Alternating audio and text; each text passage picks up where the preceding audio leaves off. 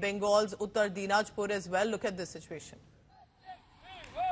Cops up some of the protesters with sticks. So that's the latest that has come in. You can see that this is basically the BJP trying to put forth their mark that they will have a Bandh call. It's the anger against Mamata Banerjee government, while the Mamata Banerjee government and cops have very clear orders that they will ensure that this Bandh is not successful. Shreya, a quick word from you on this. So we see clearly whether it's about effigies or these burnt tires. What is it? What do you think is the BJP strategy? Because the fact is Bengal and Kolkata have been used to these kind of bandhs, whether it's unions or others politically. TMC has done this, and now this time it's the BJP doing it and TMC and government not happy.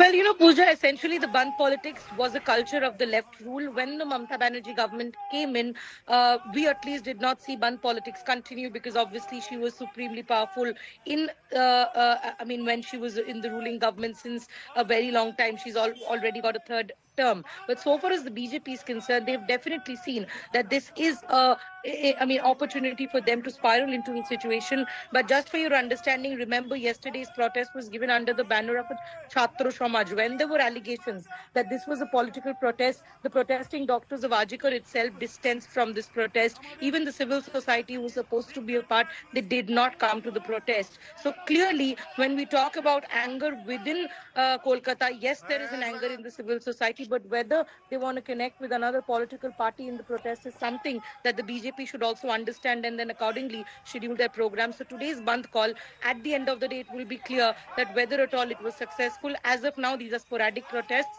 at different pockets where the BJP is in power, some support both electorally and also based on cadres.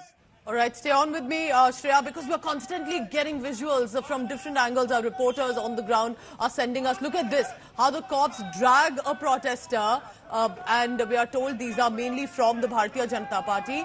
The Rapid Action Force is deployed, Kolkata police on the ground, and there are some ambulance also that have been kept on standby. It's a full-on showdown. BJP on the streets. And while, remember, Kolkata or Bengal is no stranger to dharnas, protests and these kind of agitations. But it's interesting how it's taken a turn of how BJP is the one leading the Bandh this time. It's not CPM, it's not TMC, and the government of TMC is not happy.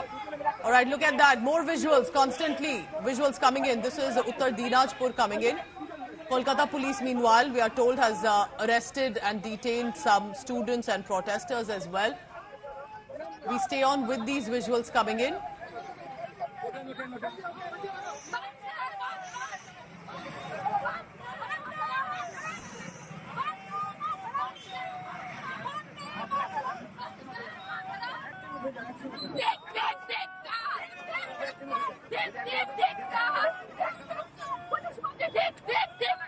That we see that you can see on your screens, women personnel also have been deployed because there are a lot of women protesters as well.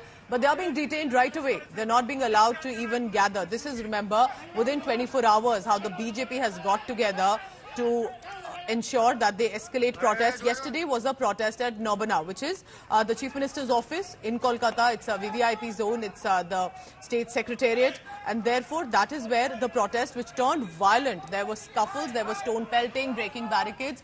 There was lathi charge by the cops as well. And now cops this morning detaining, dragging, pulling away the protesters, not permitting for them to gather in large numbers.